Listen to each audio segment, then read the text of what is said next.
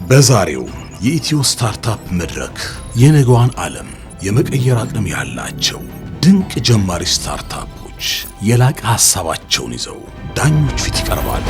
በዕለት ተዕለት ሕይወታችንና በማህበረሰባችን ውስጥ የሚታዩ እውነተኛ ክፍተቶችን የሚሞሉ ታላላቅ የቴክኖሎጂ የፈጠራ ሥራዎች ሐሳብ ብቻ ሳይሆን በተግባር ችግር የሚፈቱ የቴክኖሎጂ መፍትሄዎች፣ የፈጠራ ውጤቶች ፍልሚያ።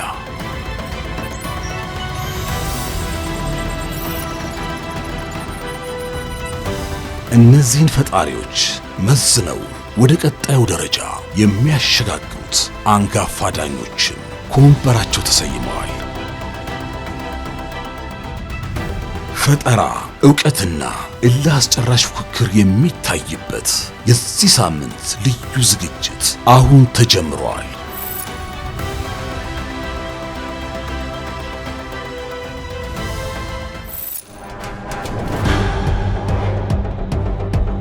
ጤና ይስጥልኝ። በረከት ሽመክት እባላለሁ። የስትራይቪንግ ስራ አስኪያጅ ነኝ።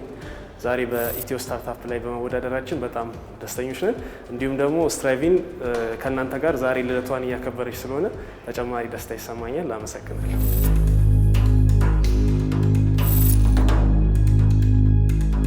ጤና ይስጥልን። እንኳን ወደ ኢትዮ ስታርታፕ በደህና መጣህ። እስቲ ማን አንተ? ምንድነው የምትሰራው? ስታርታፕ ምንድነው የሚያከናውነው? መድረኩ ያንተ ነው። ጤና ይስጥልኝ። አመሰግናለሁ። ግንቦት 19 2012 ዓ.ም ጓደኛዬ ዘዲን ተቸግሮ ደወለልኝ። የሚኖረው ኬንቴሪ ነው። የአረብኛ የጋብቻ ሰርተፊኬት ወደ ኦሮምኛ አስተርጉሞ እዛው ማዘጋጃ ማስገባት ነበረበት። በቂ ሰዓት ስላልነበረው በቴሌግራም ላክልኝ አልኩት። ማቃት ተርጓሚ ነበረች፣ አስተርጉሜ ላኩለት። ይህና መሰል ችግሮች ስትራይቪንን ለመፍጠር ምክንያት ሆኑ። ስትራይቪን የተለያዩ ሙያ ያላቸውን ባለሙያዎች ምርትና አገልግሎታቸውን ከሚፈልጉ ድርጅቶች ጋር የሚያገናኝ ፍሪላንስ ፕላትፎርም ነው። ድርጅቶች እንዲሁም ግለሰቦች ለአጫጭር ፕሮጀክቶች እንዲሁም ለስራዎች የሚፈልጉትን ባለሙያ በአጭር ጊዜ እንዲሁም በበቂ ሁኔታ ለማግኘት ይቸገራሉ። በሪሞት ስራ ወይም በርቀት ስራ ላይ ብዙ ጊዜ ያለመግባባቶች፣ የክፍያ ሁኔታዎችም ችግሮች አሉ። ቀድመን እንክፈል ኋላ እንክፈል የሚሉት ችግሮች አሉ። ይህንንም ለመፍታት ስትራይቪን ፍሪላንሰሮችን በ10 የሙያ ዘርፎች መልምሎ ይዞ መጥቷል። ድርጅቶች እንዲሁም ግለሰቦች እንዲሰራላቸው የሚፈልጉትን ስራ ኦንላይንም ኦፍላይንም ማጋራት ይችላሉ። እንዲሁም የተቀናጀ የፕሮጀክት ማኔጅመንት ቱሎች አሉን። ከኮቪድ በኋላ የፍሪላንስ እና የአውትሶርስ ማርኬት ከ500 ቢሊዮን ዩኤስዲ በላይ ነው። ስትራይቪንግ.com ላይ ፕላትፎርማችን ይገኛል። የፍሪላንሰሮቹ ፕሮፋይል እንዲሁም የአሰሪዎቹ ስራ እዛ ላይ ማየት ይቻላል። እስካሁን ከ700 በላይ የሚሆኑ ፍሪላንሰሮች በ10 የስራ ዘርፎች አሉን። ከ65 ድርጅቶች ጋር መስራት ችለናል። እንዲሁም ለ80 ለሚሆኑት ፍሪላንሰሮች ደግሞ ገንዘብ እንዲሰሩ አድርገናል ማለት ነው። በአሁኑ ሰዓት ለፕሮዳክት ዴቨሎፕመንት፣ ለማርኬቲንግ እና ለፋይናንስ 5 ሚሊዮን ብር ሬዝ እያደረግን እንገኛለን። በ2019 እና በ2020 ደንበኞቻችን እንዲሁም የስራ ዘርፎቻችንን ጨምረን ለመስራት አቅደን እንገኛለን። ዌብ አፕሊኬሽን ይዘን የመጣ ነው። በአሁኑ ሰዓት በሶሻል ሚዲያ በሊንክዲን፣ በፌስቡክ እንዲሁም በቴሌግራም ላይ በስትራይቪን.com በስትራይቪን ስም እንገኛለን። ከሌሎች የቅጥር አፕሊኬሽኖች የሚለየን ምንድን ነው? ስራው ማስታወቂያውን ማሳየት ብቻ ሳይሆን ስራውን ማስተዳደር፣ ክፍያውንም ማስተዳደር የኛ የስራ አካል ነው ማለት ነው። የገቢ ሞዴላችን ኮሚሽን ቤዝድ፣ ሰብስክሪፕሽን ቤዝድ እንዲሁም የአውትሶርስ ፕሮጀክቶችን እንሰራለን። እንዲሁም ደግሞ ይህን ፕሮዳክት የሚፈልጉ ካምፓኒዎችን እንሰራላቸዋለን ማለት ነው። በረከት ሽመክት እባላለሁ። ዋና ስራ አስኪያጅ ነኝ። ከኔ ጀርባ በቴክኖሎጂ በማርኬቲንግ እንዲሁም በፋይናንስ ላይ ያሉ ቲሞቼ አሉ። ባለብዙ እድል ባለብዙ ሙያ የሚል ስትራይቪንን ይዘንላችሁ መጥተናል። ቴንኪዩ። ከሌሎቹ የተለየ አድርጎ የሚያስቀምጠው ነገር ምንድን ነው? አንድ ሁለት የምትሏቸው ነገሮች? በጣም ጥሩ ጥያቄ። እኛም መነሻ አድርገን የተነሳ ነው። ብዙ ጊዜ አፕወርክ እና ፋይበር ላይ ስራዎችን ለመስራት የኢትዮጵያዊ ሰው ይቸገራል። ህንዶች፣ ፊሊፒኖች በጣም ስራዎችን በቅናሽ ገንዘብ የመስራት ልምድ አላቸው እና ግን ማርኬቱን ስናየው አገራችን ላይ ያሉ ፕሮብለሞችን ራሱ ክላይንቱም የሀገር ኢትዮጵያዊ ሊሆን ይችላል ወይ ሌሎች። የመጀመሪያ ክላይንታችን አጋጣሚ ከሳውዝ አፍሪካ ነበረ። የኢትዮጵያዊ ፕሮብለሞችን በኢትዮጵያዊ ታለንቶች እንዲጠቀሙ የማድረግ ሎካሊ ያንን ስራ የማስለመድ አላማ ይዘን የተነሳ ነው። ስራ አይነት ዘርፎችን ነው የመረጣችሁት? ምን አይነት ዘርፎች ናቸው? እንደነገርኳችሁ መጀመሪያ ትርጉሙ አለ። በትርጉሙ ነው ሀሳቡ የመጣው። ከዛ ውጪ የሶፍትዌር ስራዎች፣ የአካውንቲንግ ስራዎች፣ አሁን ለምሳሌ ቫት ሪፖርት የሚደረግ አመታዊ የፋይናንስ ስራዎችን አካውንታንቶች አሉን፣ ኮንሰልታንቶች አሉን። ቢዝነስ ፕላን ለምሳሌ ማሰራት የሚፈልጉ ድርጅቶች ሲመጡ ያው ያንን ሰው ቶሎ ለማግኘት ይቸገራሉ። ሶ ቢዝነስ ፕላን የሚሰሩ አሉ፣ ዲጂታል ማርኬተሮች አሉ፣ ግራፊክስ ዲዛይን የሚሰሩ። ከዚህ ከቴክኖሎጂ ዘርፎችም ውጪ ደግሞ ለምሳሌ ሆም ሙቨርስን አገናኝተን እናውቃለን። ቤት ሲቀይሩ ሙሉ ለሙሉ ፓክ አድርገው ሙቭ የሚያደርጉ ካምፓኒዎች። ሞር ከፋይ ግን የቱ ጋር ያለው?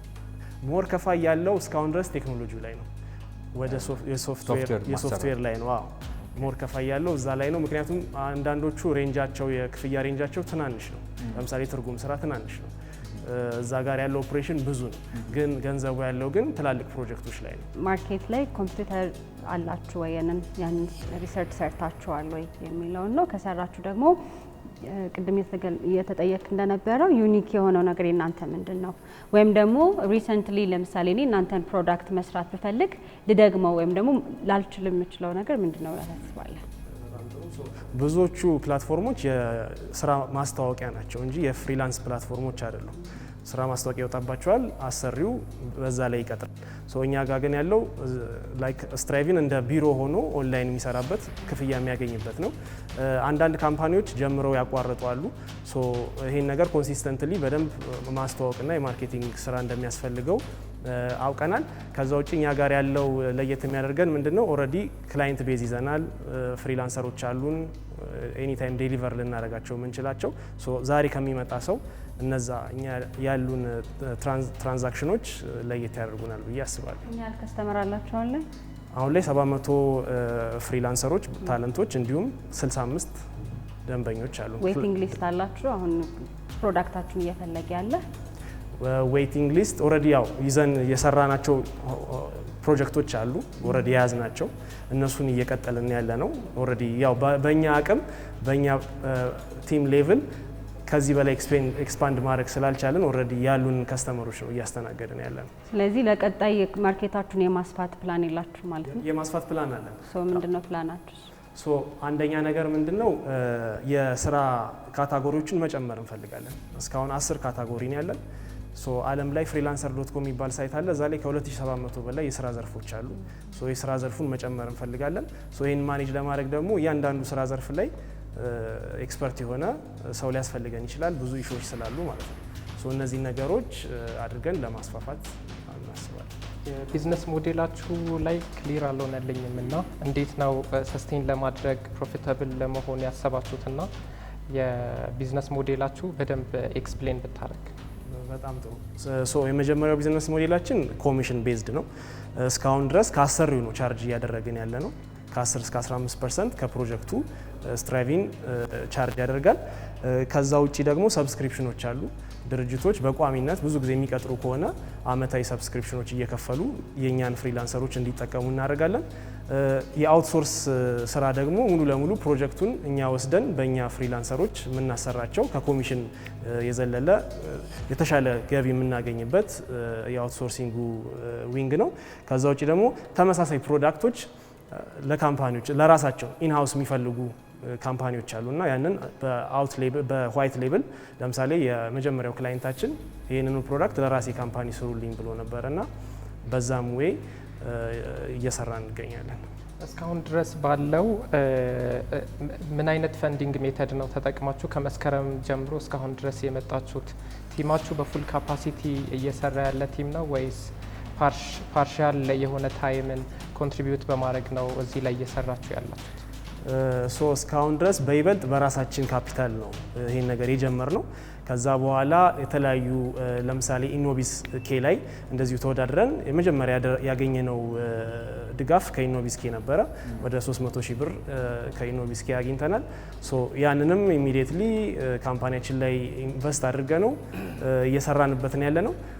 ግን እንዳየነው ከሆነ ስራውን በደንብ ስኬል አድርጎ ለመስፋት ከመንግስትም ጋር እንዲሁም ከሌሎች አጋር አካላቶች ጋር ካልሰራን ስራው ሊያድግ እንደማይቻል ተረድተናል። ሶ እንደዚህ አይነት ፈንዲንግ ኦፖርቹኒቲዎችን እየተጠቀምን ነው ያለው ከሌሎቹ ጋር ኮምፒት ለማድረግ። ምክንያቱም ሎካሊ የሆነ ነገር ከተለመደ ወደ ግሎባል ይወጣልና ግሎባል ደግሞ ያለው ቻሌንጅ ሆፕፉሊ የምታውቀው ነውና ከዚህ አንጻር ሪሊ ሰስተነብል ነው ወይ? የእናንተ ዩኒክ ነገር ምንድን ነው?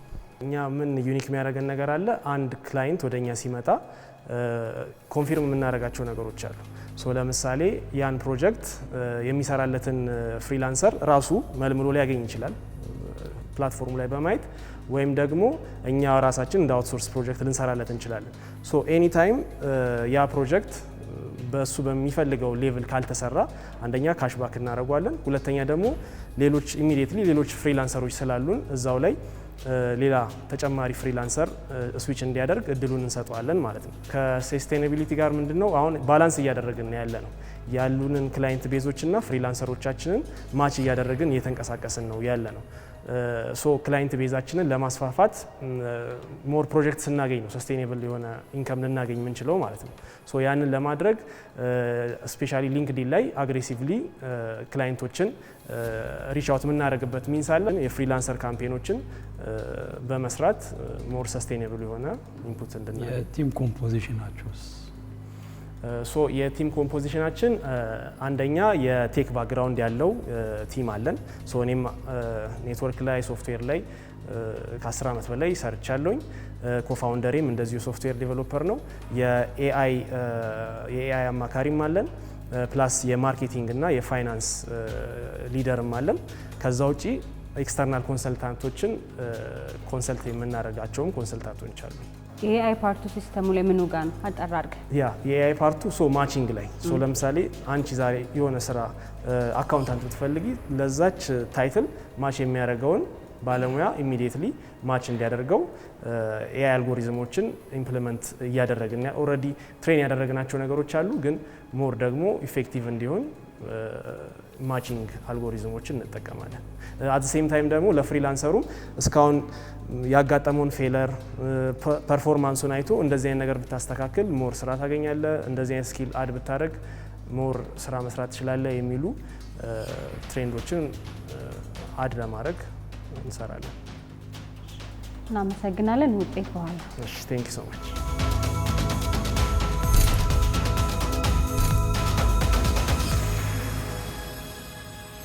ፍልሚያ ቀጥሏል። ቀጥሎ የሚመጣው ተወዳዳሪ ይዞት የተነሳውን ትልቅ ችግር እንዴት በፈጠራ መንገድ እንደሚፈታው ለማሳመን ወደ መድረክ እየመጣ ነው። ስሜ ጌትነት ዘለቀ ይባላል። በዚህ በኢትዮ ስታርታፕ ኮምፒቲሽን ውድድር ላይ በመሳተፌ በጣም ደስተኛ ነኝ።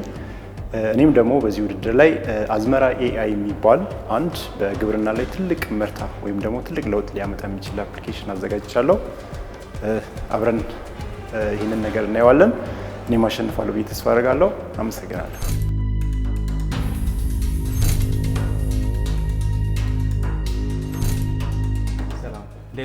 እንዴት ዋላችሁ? ሰላም። እንኳን ደህና መጣ ወደ ኢትዮ ስታርታፕ። እሺ፣ አመሰግናለሁ። ድርጅታችን አዝመራ ኤአይ ይባላል። ኤአይ እና ግብርናን አቀናጅቶ ለአርሶ አደሮች እንዲሁም ደግሞ ለአጠቃላይ ለሀገራችን እና ለምስራቅ አፍሪካ ያለውን የግብርና በመረጃ ላይ ያልተደገፉ ስርዓቶችን የሚያስወግድ ቴክኖሎጂ ነው። በግብርና ውስጥ ያሉ ወሳኝ የመረጃ ክፍተቶች አሉ። የመጀመሪያው ክፍተት ምንድን ነው? ከአካባቢው ሎካላይዝድ የሆነ ተጨባጭ የሆነ መረጃ ገበሬዎች ወይም ደግሞ አርሶ አደሮች አይደርሳቸውም። ስለዚህ ምንድን ነው በሞባይል ስልኮቻቸው ይህንን መረጃ ከተለያየ አውታሮች ተሰብስበው ተቀናጅቶ በኤአይ የተደገፈ ሪል ታይም የሆነ ዳታ ይደርሳቸዋል ማለት ነው። ከፍተኛ የአየር ንብረት ደግሞ በፍጥነት ይለዋወጣል። ለምሳሌ ዛሬ ያለው አየር ንብረት ነገ አይኖርም። ስለዚህ ከአየር ንብረት ተለዋዋጭነት ጋር ተዛማጅ የሆኑ መረጃዎችን ወዲያውን እንዲያገኙ ይረዳቸዋል ማለት ነው። የአፕሊኬሽኑ ይዘት ሶስት ዋና ዋና ክፍተቶችን ጠቅላላ አድርጎ ይሰጣል። የመጀመሪያው ምንድነው? የእውቀት ዳታቤዝ ወይም ደግሞ የእውቀት ላይብረሪ ነው። ስለዚህ ማንኛውም በምስራቅ አፍሪካ እንዲሁም ደግሞ ኢትዮጵያ ውስጥ ያለ ገበሬ ጀነራላይዝድ የሆነ ሳይሆን በጣም ስፔሲፊክ ለነሱ ለሚኖሩበት ከባቢ በጣም የተቃረበ መረጃ ዳታቤዝ አለ ማለት ነው። ስለዚህ ያንን ዳታቤዝ ብራውዝ እያደረጉ ለማሳቸው ወይም ደግሞ ላቀዱት የእርሻ አይነት የሚሆን መረጃ ብራውዝ አድርገው በቀላሉ ያገኛሉ። ሌላው ደግሞ ምንድነው አርሶ አደር ተነስቶ የሆነ ጥያቄ ቢኖረው ቀጥታ በአፕሊኬሽን ተጠቅሞ ያንን ጥያቄ ጠይቆ መልስ ማግኘት ይችላል። ሶስተኛው ደግሞ ሪል ታይም የሆነ የአየር ንብረት መረጃ ያገኛሉ ማለት ነው። ሶስቱ እነኚህ ፒላሮችን በዋናነት ሰርቭ እናደርጋለን ማለት ነው። እንዴት አድርጎ ነው እዛ ፕላትፎርም ላይ ገብቶ እነዚህን ዳታዎች የሚያገኘው? አንድ ሁለተኛ ደረጃ ደግሞ እነዚህን ዳታዎች አሁን ያልካቸውን ዳታዎች እንዴት ነው ሰብስበህ አስቀምጠዋል? አሁን ያለበት ደረጃ ምንድን ነው? እነዚህ ሁለቱ ጥያቄዎች በደንብ አድርገህ አስረዳል። አፕሊኬሽናችን ያለበት ደረጃ በቴክኖሎጂው ዘርፍ ወይም ደግሞ በዴቨሎፕመንት ደረጃ 85 ከመቶ ደርሷል። ያ ማለት ምንድነው? ለእያንዳንዱ አሁን እነኚህ ዳታ ፊድ አድርገን ወደ አፕሊኬሽኑ የምናስገባውን ዳታ ለመቀበል ሬዲ ነው ማለት ነው፣ በዳታ ቤዝም በኢንቴግሬሽንም። ስለዚህ አሁን እኛ ምንድነው የሚፈለግብን ፊዚካሊ እየሄደን በመንግስት ባዋቀራቸው የኤክስቴንሽኖች ጣቢያዎች ከመንግስት ጋርም በመሆን ከግብርና ሚኒስቴር ጋር በመሆን ያንዳንዱን ሎካላይዝድ የሆነው እንዴት ነው ለምሳሌ አንድ ሀረርጌ ቀበሌ ውስጥ እንዴት ነው እዛ አካባቢ ያለው አርሶ አደር እንዴት ነው ሪች የምናደርገው፣ እነሱ ደግሞ የሚፈልጉት ዳታ ሎካላይዝድ የሆነው መረጃ እንዴት ነው የሚሰበሰበው የሚለው ፕላን ተደርጓል።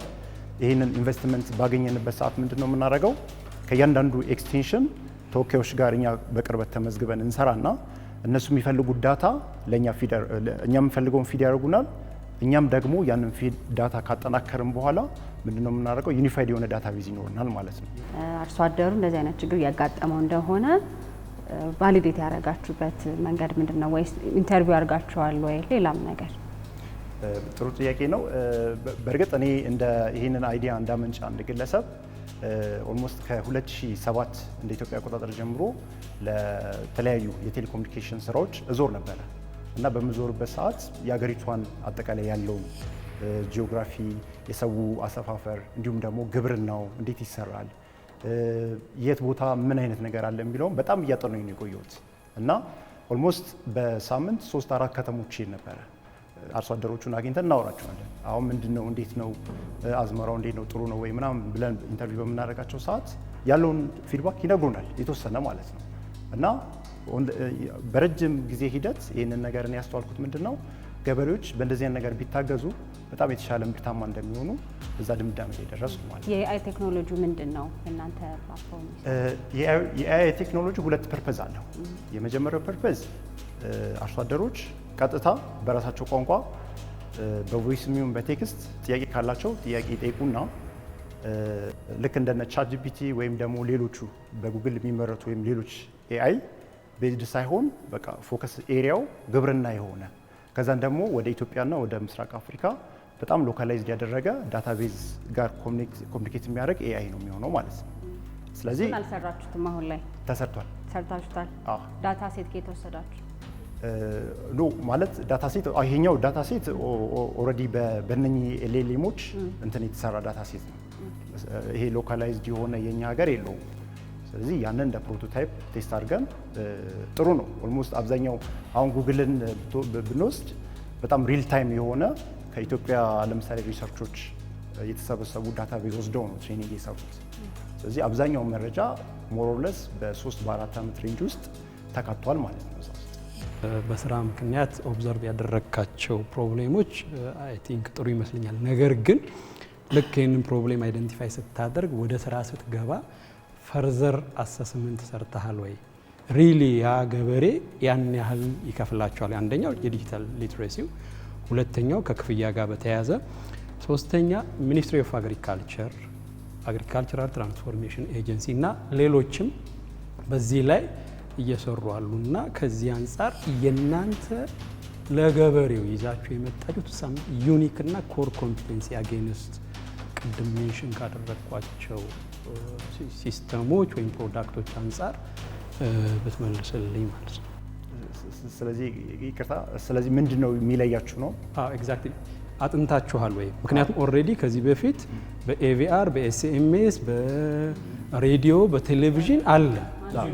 እንደገና ደግሞ የህግ የኮምፕላያንስ ኢሹ አለ when comes to data። ኦብዘርቬሽኑ በጣም ስትሮንግ ነው እንዳልከው። አሁን ምንድነው በእርግጥ ያው ግብርና በኢትዮጵያ እንዲሁም በኢስት አፍሪካ ሲባል በጣም ሰፊ ስኮፕ ነው። ያንን እናውቃለን። ያንን ሰፊ ስኮፕ እኛ ሊትል ባይ ሊትል ወይም ደግሞ ከትንሽ በትንሽ ወደ እያሰፋ ነው እንድንሄድ ነው ያሰብነው። እንዴት ቢዝነስ ታደርገዋለህ? እንዴት ገቢ ታገኝበታለህ? ምክንያቱም ለምንድን ነው ገበሬው አንተ ጋር የሚመጣው? ግብርና ሚኒስቴር የዴቨሎፕመንት ኤጀንት አለ በየእንትኑ ኤክስቴንሽን፣ እነሱ ኦልሞስት ነፃ በተባለ ልክ ኦፈር እያደረገ ለምንድን ነው የዲጂታል ሊትሬሲ ኢሹ እንዳለ ሆኖ ለምን እናንተ ጋር ይመጣል? ለምሳሌ አንድ አርሶ አደር ተነስቶ ፕላትፎርሙን መጠቀም ይችላል ብለን አስ የምናደርገው አርሶ አደር ይነሳና ዛሬ ፈርቲላይዘር መጠቀም ይችላል ወይ ማሳይ ላይ ብሎ ጥያቄ ይጠይቃል አይደለ? በጣም አሁን ካለው ፕላትፎርም አኪዩሬት በነፃ አለ ግብርና ሚኒስቴር በነፃ ይሰጣል እኮ። ለምሳሌ በምን ፕላትፎርም ሰውየው ለምሳሌ ማሳው ላይ ሆኖ ኮል ሴንተር ነው ይሄን ጥያቄ የሚጠይቀው? በኮል ሴንተር ራሱ ግብርና ሚኒስቴርና ኤቲአይ አይደለም ያዘጋጃቸው እንትኖች አሉ። ቅድም ያልከው ነገር አለ። አሁን ለኛ ሳተላይት ዴታ ጋር ሊንክ አድርገን ከናሳ ምናምን እንተውና ዋይ ዩ ጋይስ እናንተ ለምን ተመራጭ ሆናችሁ? ያንተ ያለ ኤክስፔሪየንስ ሄደን ያየኸው እና ስቲል 85% ደርሷል አልከኝ አፕሊኬሽኑ።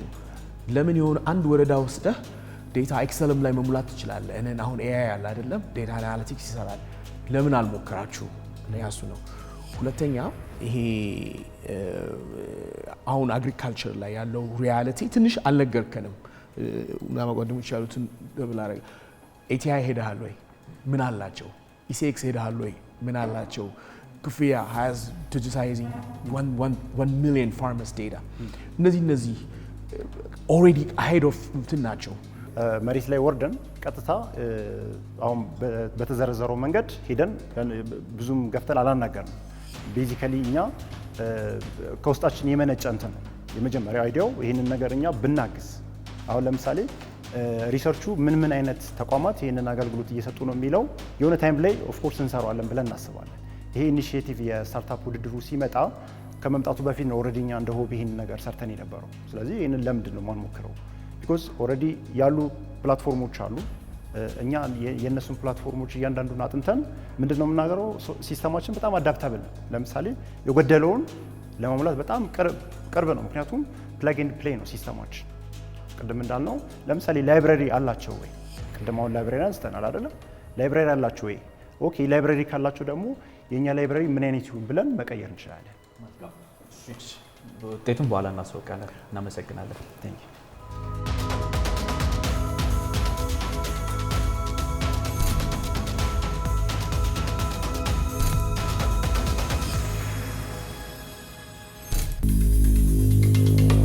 ፉክክሩ ጠንክሯል።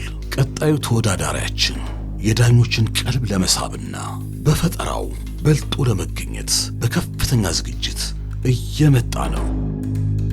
ስሜ ሀብተማርያም ደምሌ ይባላል። ጓደኛዬ ሱራፌል ዘላለም ይባላል። እኛ የመጣ ነው ከባህር ዳር ኤስኦኤስ ሰርማን ግማይረን ትምህርት ቤት ነው። እኔ 11ኛ ክፍል ተማሪ ነኝ። እሱ ደግሞ የ10ኛ ክፍል ተማሪ ነው። እኛ አሁን ኢትዮ ስታርታፕ ላይ በማሳተፋችን ደስ ብሎናል እና ደግሞ ይሄ ውድድር ጥሩ ውጤት አምጥተን እንጨርሳለን ብለን ተስፋ እናደርጋለን። አመሰግናለሁ።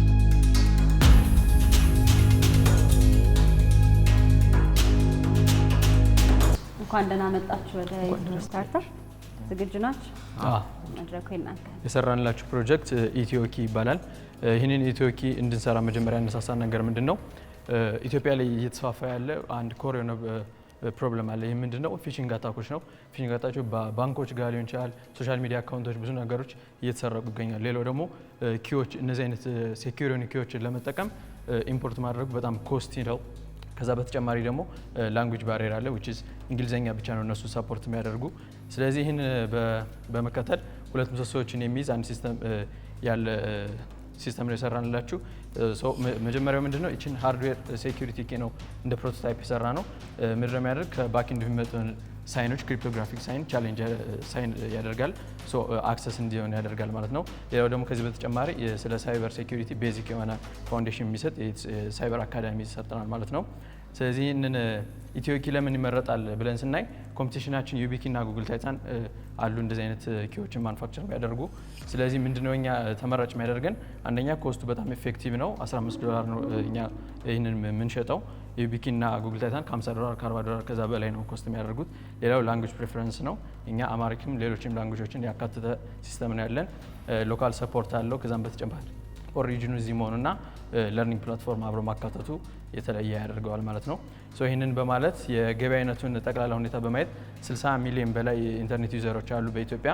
ስለዚህ ቶታል አድሬሰብል ማርኬት ብለን ያሰብነው ከ500 ሺህ በላይ ፖቴንሻል ዩዘሮች አሉ ብለን አስበናል። which is ከ1.25 ቢሊዮን በላይ የኢትዮጵያ ብር ጀነሬት ማድረግ እንችላለን ብለን እናስባለን። ሰርቪስብል ማርኬቱ ከ1 ዓመት እስከ 3 ዓመት ባለው ቤዚክ የሚባሉ ኢንተርናል አይቲ አድሚኖችን ለነሱ አቅርቦት ብናቀርብ እና 31 ባንኮችን ከቨር ማድረግ ብንችል እና 1500 ደግሞ የአካዳሚ ተጠቃሚዎችን ከቨር ማድረግ ብንችል ከ9.5 ሚሊዮን በላይ ጀነሬት ማድረግ እንችላለን ብለን እናስባለን። ሪያሊስቲክ የር1 ታርጌታችን 500 አካዳሚ ዩዘርና 50 ኮር የሆኑ አይቲ ሲስተሞች ከቨር በማድረግ 500,000 ሬቨኒው ከቨር እናደርጋለን። 2022 ላይ ኢትዮጵያ የዲጂታል ኢትዮጵያ 2025 ስትራቴጂ ላውንች አድርጋለች እና ዲጂታል ካለ ደግሞ እነዚህ ሳይበር አታኮች አሉ ማለት ነው እና 2024 ላይ ኢትዮ ቴሌኮም ፐብሊሽ እንዳደረገው ከ70 ሚሊዮን በላይ ሲም ስዋፕ ምንድነው እነዚህ አለርቶች ፍራውድ አለርቶች ደርሶታል ማለት ነው። ስለዚህ ይሄ ኢትዮኪ ከነዚህ ይጠብቀናል ማለት ነው። እንዴት ይሰራል የሚለው ቅድም ተናግሯል። መሰካት አለ። ያን ፕለጊን ካደረግን በኋላ ቻሌንጁን አክሴፕት ማድረግ ነው። ትክክለኛ ቻሌንጅ ከሆነ አክሰስ ግራንት ይለናል፣ ካልሆነ አክሰሱ እንዲና ያደርጋል ማለት ነው። ሬዝ ያደረግነው እኛ አሁን የመጀመሪያ ዓመት ላይ 600,000 ኢቲቪ ብንጠቀም ብለን ነው።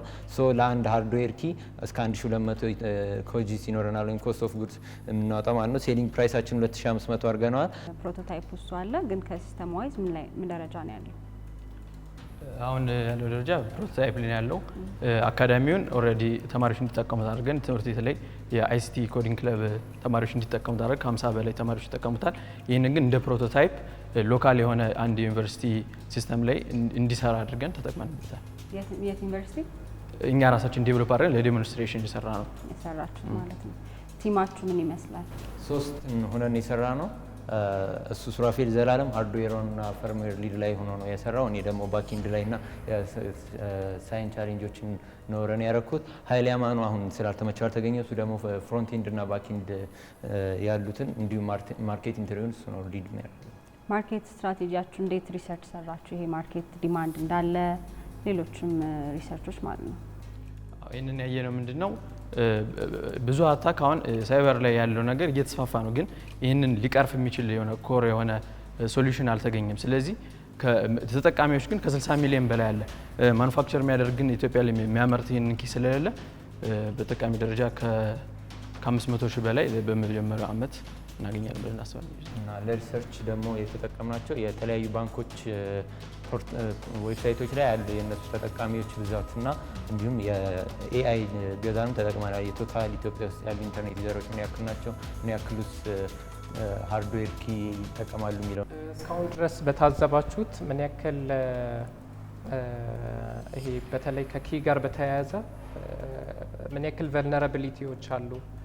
ምክንያቱም ይሄ ቨልነራብል የሆነው ሰው ነው ታርጌታችሁና ሊከፍልም ዊሊንግ ሆኖ ሃርድዌሩንም ሊገዛ የሚችለውና ያው ቶታል አድሬሰብል ማርኬታችሁ ያ ነው ብዬ ነው ማስበው። ምክንያቱም እኔን አድሬስ ልታደርጉኝ አትችሉም፣ ሌሎችም ላይፈልጉ የሚችሉ ይኖራሉና ምን ያክል ነው ታውቁታላችሁ ወይ ቁጥሩ? ዩዘሮችን ነው ምን ያክል ፖቴንሻል በቁጥር ደረጃ እኛ ኤስቲሜት ያደረግነው በመጀመሪያው ዓመት ወደ 300 ኪ ብናመርት ብለን ያንን አንድ ባንክ ላይ የሚሰሩ ለምሳሌ 50 የሆኑ በእያንዳንዱ ባንክ 50 አይቲ እና ቤዚክ የሆኑ እንትኖች ላይ የተሳተፉ ሰራተኞች አሉ። ስለዚህ አንድ ባንክ እነዛን በሙሉ ኪዎች እንዲጠቀሙ ቢያደርግ ከ31 በላይ ባንኮች አሉ። ስለዚህ ወደ 1500 አካባቢ ይመስለኛል ከወር የሚያደርገው በመጀመሪያው ዓመት። በሀገሪቷ በተለይ እነዚህ ባንኮች እና ሌሎች ከመንግስት እንዲሁም ደግሞ በአጠቃላይ ከፋይናንሻል ሴክተር ላይ ጋር በተያያዘ በተለይ የሳይበር ሴኩሪቲ ኦዲትን አድርጎ ከዛ በኋላ ደግሞ እንዲህ አይነት ነገር ተጠቀሙ ብሎ ኦዲት አድርጎ ሰርተፊኬት እስከ መስጠት በየ6 ወር እስከ መከታተልና ሪኦዲት አድርጎ ድጋሚ ሰርተፊኬት እስከ መስጠት ማንዴት ያለው ተቋም ኢንሳ ነውና ከዛ ጋርስ ኮምፓተብል ነው ወይ? እነሱ ሪከመንድ ያደርጋሉ ወይ? ምክንያቱም የተለያዩ ፕላትፎርሞች ለምሳሌ እኛ ዴቨሎፕ አድርገናል። ዴቨሎፕ ስናደርግ ክራይቴሪያዎች አሉ። የፓስወርድ መልቲፕል ካራክተሮች መጠቀም፣ ካፒታላይዜሽን፣ ሌሎችም ነገሮች እና ወደ ሃርድዌር ሲመጣ ሪከመንድ ያደርጉታል ወይ የሚለውን ኮምፓታቢሊቲ ቼክ አድርጋችኋል ወይ? ቤዚክሊ መጀመሪያ ይህንን ነገር ይህን ፕሮጀክት እንድናነሳው ያደረገን የኢንሳ ሰመር ትሬኒንግ ፕሮግራም ላይ ተሳታፊ ነበርን። ስለዚህ በዛ ግራጁዌሽናችን ላይ ይህንን ፕሮጀክት ሀሳብ አመነጨንና አቀረብን። እነሱም ፕሮጀክታችን ወደው ከ80 በላይ የሆኑ ፕሮጀክቶች ላይ ተመርጠንና ይህንን ፕሮጀክት አቅርበን እንድናስፋፋውና እንድናሳድገው ሪኮግኒሽን ሰጥተናል። ሙሉ በሙሉ እዚህ ነው የምታመርቱት ወይስ ከውጭ አስመርታችሁ ነው የምታመጡት? አንዱ ለማምረት ምን ያክል ኮስት ነው የሚወስድባችሁ? ሙሉ ለሙሉ እዚህ ያለ የምናመርተው ቺፓን ነው ከውጭ የምናስመጣው። ማለት ክሪፕቶግራፊክ ቻሌንጁን ሳይን የምታደርግልን ቺፕ ከውጭ ነው የምናስመጣው። ግን ያችን ቺፕ እዚህ አምጥተን እኛንም ሞዲፋይ የምናደርገው እና ከዛ አንጻር የቺፕ ዋጋ በጣም ዝቅተኛ ነው። ኦልሞስት $2 በታች ነው የምትሆነው። ስለዚህ ያችን ቺፕ ነው ኢምፖርት የምናደርገው በብዛት። ከዛ በኋላ እዚህ ኢትዮጵያ ውስጥ ነው ሞዲፋይ አድርገን እነዚህን ኮዶቹ ምናምን ረን የምናደርገው። ምናልባት ጥሩ ሶሉሽን ይዛችሁ የመጣችሁ ይመስለኛል። ግን ቴክኒካል ቪዚቢሊቲው ምን ያህል ነው? ቫያብል ነው ወይ? ምክንያቱም ኢንትሩደሮች እንግዲህ የተለያየ ነው። በስልክ ልገባ እችላለሁ፣ በታብሌት ልገባ እችላለሁ። ሁል ጊዜ ፊዚካሊ ፕለጊን የሚደረግ ከሆነ የትኛውን ፓርት ነው ሰኪውር የምታደርጉት? እቺን ነገር አንድ በደንብ አይታችኋል ወይ? ሁለተኛ ደግሞ ኦሎሞስት ተመሳሳይ ነገር ከውጭ የሚመጣ አለ። ስለዚህ ከዛ አንጻር ያሰባችሁት ነገር አለ ወይ? እኛ ሀገርም እንደዚህ አይነት ሰኪውርድ የሆኑ ካርዶችን የሚያመርቱ ካምፓኒዎች አሉና ከነሱ ጋር እዛ ሄዳችሁ አሰስ አድርጋችሁ እነሱ እንደማይሰሩና ነገ ከነገ ወዲያ በቀላሉ የእናንተን ቢዝነስ አዶፕት አለማድረጋቸውን አይታችኋል ወይ? ይህን የመጀመሪያው ጥያቄ ቴክኒካል ፓርቱን ያልከን ይህንን ሴኪዩር ለማድረግ መጀመሪያ ይህ እንደ ፕሮቶታይፕ ነው የሰራ ነው እና ፓርትነርሽፕ ፊዶቱ የሚባል እሱ ጋር ገብተን እንደ ሜምበርሽፕ ሆነን ኮስት የሚያደርገን ነገር አለ። ኦዲት ተደርጎ በደንብ ሴኪዩር መሆኑ መታየት አለበት። ከዛ በተጨማሪ ይህን ሃርድዌር ሴኪዩሪቲ ኪ ዩኒክ ነው ለእያንዳንዱ። ለምሳሌ ለአንተ ጀነሬት የሚደረግ ሃሽ አለ፣ ሃሽ የሆነ ፕራይቬት ኪ አለ። እሱ ይህንን ዲቫይስ ሊቭ ሊያደርጉ አይችልም። ብሰርቀህ እንኳን ይህንን ኤክስትራክት አድርጌ ማውጣት አልችልም። ስለዚህ ዩኒክ መሆኑ ሴኪዩር እንዲሆን ያደርገዋል። ከዛ በተጨማሪ ኮምፒቲሽን ያልክን ደግሞ እንደ ዩቢኬ ያሉ አሉ፣ ግን እነሱ በጣም ኮስት ያደርጋሉ። አዲሽናል የሆኑ ፊቸሮች አሉት። በእርግጥ ግን ያ አላስፈላጊ ነው ብለን ስለምናስብ ነው እኛም እንደዚህ የቀነሰው ኮስት። 10ኛ ክፍል ነው ያልከኝ? First of all, that's impressive. እሺ I really commend you። በጣም ኢንከሬጅ አደርጋችኋለሁ እንድትቀጥሉ። ከዛ ባሻገር የማኑፋክቸረርስ ይሄ ምንድነው የሚያመርቱ ተቋማት ዲቫይስ እናንተ ያን ዲቫይስ ሴፍቲ ለመጠበቅ ነው የምታስቡት። vulnerability ወይም ደግሞ ተጋላጭነትን ዲቴክት ለማድረግ ከነሱስ ማኑፋክቸሪንግ ካምፓኒዎች ጋር አብራችሁ ለመስራት አስባችኋል? ሪቻውት ያደረጋችኋቸው አሉ? መሰለ እነሱን ነው የምታድኗቸው አይደለም? ወደ ስራ ሲገባ እስካሁን ሪቻውት ያደረግነው የለም። እስካሁን አይዲያ ላይ ነው ያለው፣ በፕሮቶታይፕ ነው እና እንደዚህ አይነት ሪኮግኒሽን ለማግኘት ከኢኖቬሽን ለምሳሌ ባህር ዳር ኢኖቬሽን ሴንተር ጋር ባለፈው ሪኮግኒሽን ለማግኘት አቅርበነው ነበር። ቅድም እንዳላችሁ ሚኒሳ ጋር ለዚህ ግንኙነቶች ለማድረግ እየሞከርን ነው። ግን በደንብ ባህር ዳር ነው ያላችሁት? ባህር ዳር ነው። ቢቴክ ጋር ነው የምትሰሩት? ባይቴክ ኦ ቢቴክ። ሌላ ነገር ስለ ማኑፋክቸሪንግ ስታስቡ እና ስኬል ይጠይቃል። እሱ ላይ ሰፕላይ ቼን አለ። ከየት ነው የምናመጣው? አሁን ቺፖን ታስመጣላችሁ በማይክሮ ፕሮሰሰር አይደለም? እናንተ ነው እዚህ ነው ኮንስትራክት የምታደርጉት። ግን ስለ ሰፕላይ ቼን አስባችኋል ወይ? ልምድ ለመቅሰም ምን እያደረጋችሁ ነው? ይህንን እቃ እንግዲህ ኦንላይን ነው እኛ ያዘዝነው መጀመሪያ ፕሮቶታይፑን ለመስራት እና በምናይበት ጊዜም እቃው አክሴሰብል ነው በደንብ።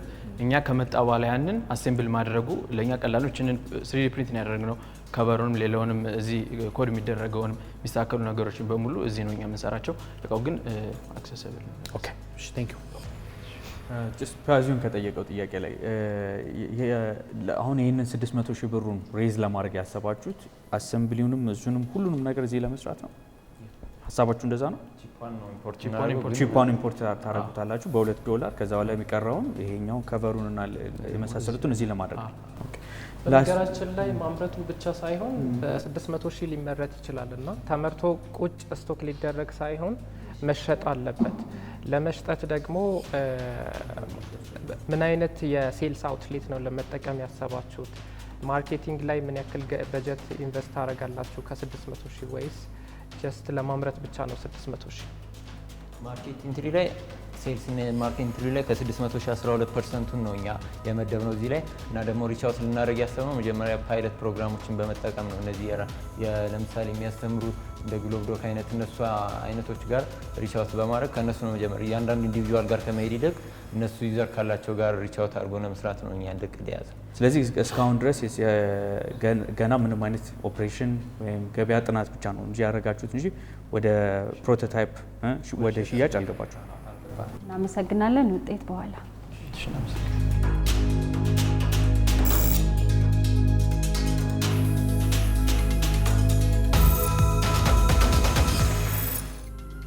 ዳኞቻችን በእነዚህ የጀማሪ ስታርታፖች ሐሳብ ላይ በጥልቀት መክረውበታል።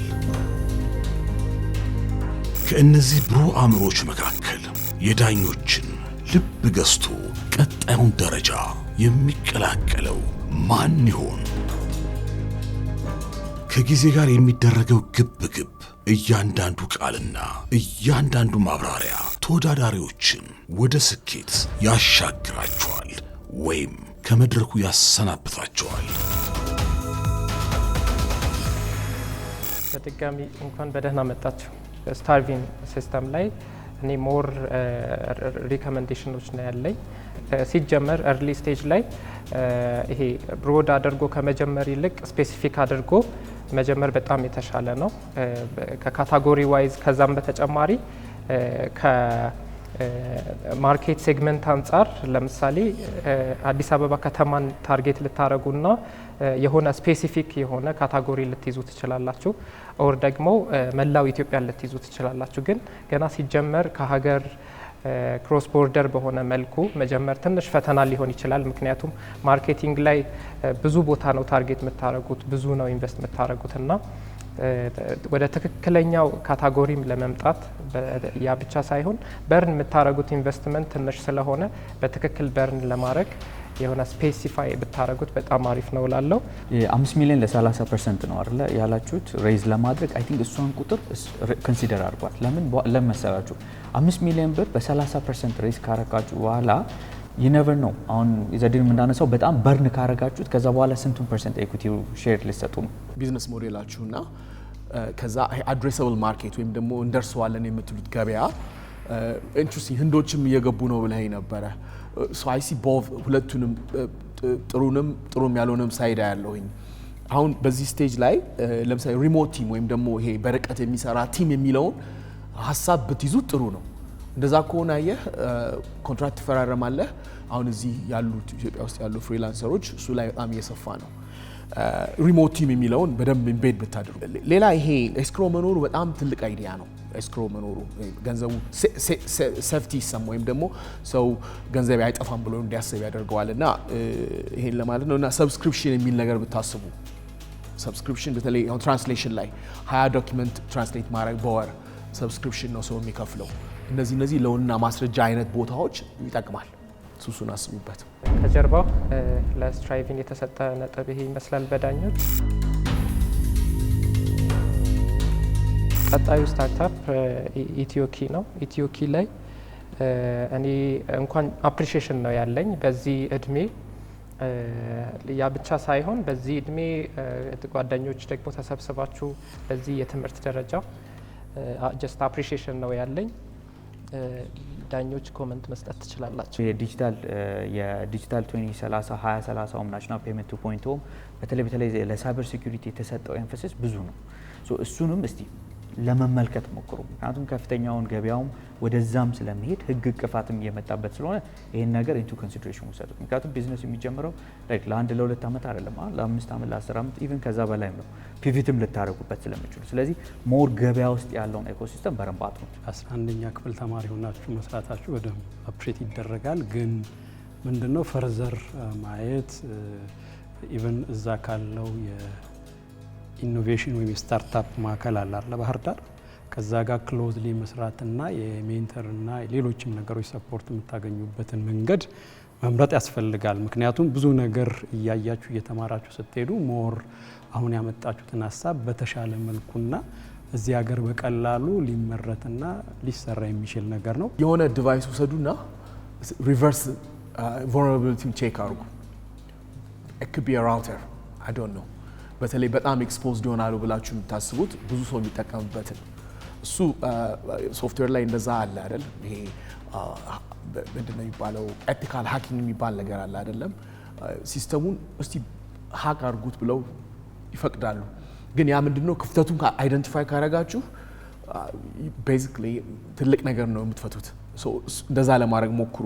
ሁለተኛ ከቢቴክ ጋር የኛ የኦርቢት ኢኖቬሽን ሀብ we have an agreement እዛ ላይ ይሄ ከፕሮዳክት ዴቨሎፕመንት የምንለው ፕሮዳክቱን ሀሳብ ከዛ መቹር ማድረግ ማኑፋክቸሪንግ ፓርትነርሺፕ አሁን ቅድም የተነሱት ፖይንቶችም ላይ ሰፖርት ልንሰጣችሁ እንችላለን።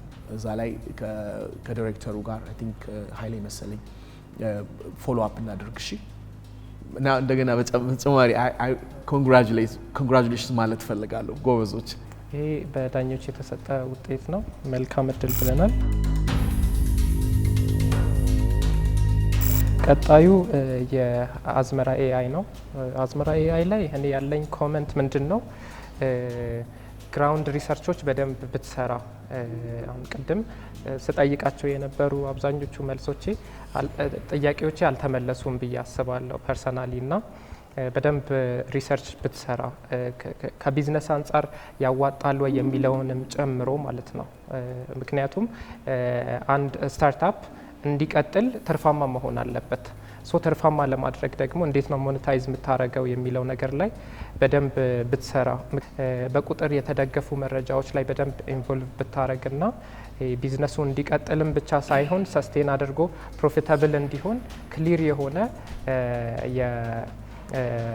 የፋይናንሻል ፕሮጀክሽን ቢኖርህ ማለት እፈልጋለሁ። በአጠቃላይ ይሄ ነው ኮመንቴ። አንድ ነገር ፕሮባብሊ መጨመር የምፈልገው እዚህ ላይ ምን አለ መሰለህ ሆቢ ነው የሰራ ነው ብለህ ነበር መጨረሻ አካባቢ።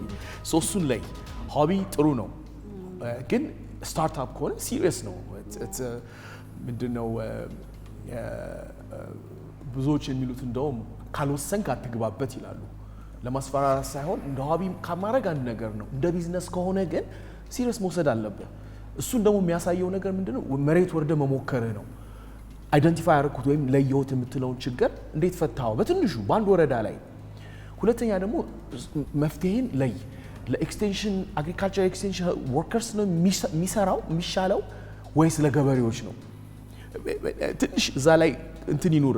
ልምድ እንዳለ ያስታውቃል። የተመላለስክ አይተሃል፣ ችግሩን ተረድተዋል። ግን ወደ መሬት ሲወርድ እንደ ከሆቢ ወደ ፈቅ አድርገው።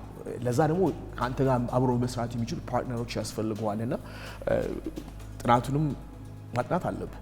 ወደፊት አጠናለው እንደዛ ቢዝነስ አይጀመርም።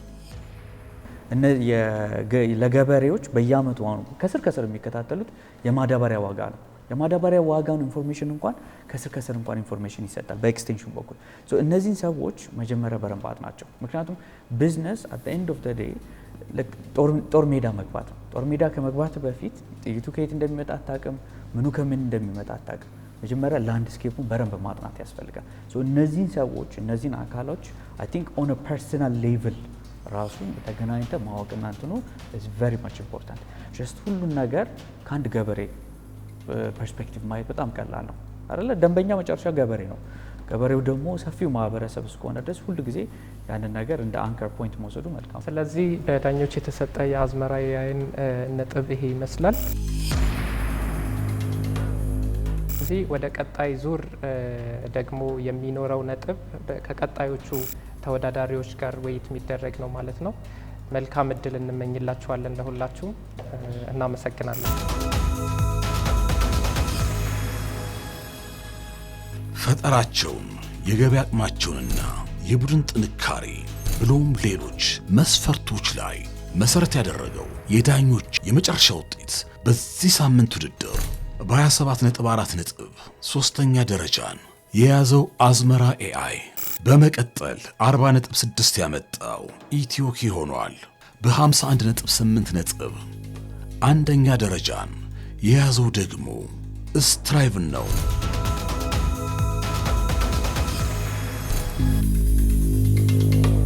ውድድሩ በጣም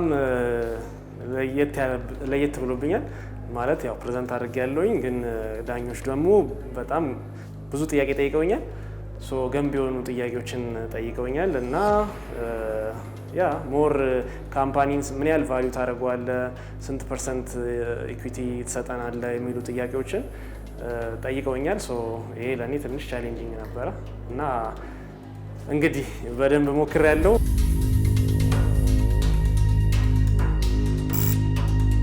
ውድድሩ ያው ቆንጆ ነበረ። ዳኞችም ያው በጥያቄዎቻቸው በጣም ለሚቀጥለው ዙር ሊረዳኝ የሚችል ጥያቄዎችን አንስተውልኛል። ያም እንደ ግብአት ወስጄ ለሚቀጥለው ዙር ውድድር እንደምዘጋጅ ከወዲሁ ላረጋግጥላችሁ እወዳለሁ። አመሰግናለሁ። ውድድሩ በጣም አሪፍ ነበረ፣ ደስ ብሎናል። ይህ ፕሮግራም በመዘጋጀቱም ዳኞች የሰጡን አስተያየትን በተጨማሪ ሁሉም ነገር ደስ ብሎናል። ለእኛ ላመጣነው አይዲያም ቤዚክ የሆኑ ነገሮችን አይዲያዎችን ሰጠውናል፣ እንድናስተካክል ሌሎች ነገሮች እንድናሳድግ አድርጎናል። ውድድሩ በጣም ተመችቶናል። እናመሰግናለን።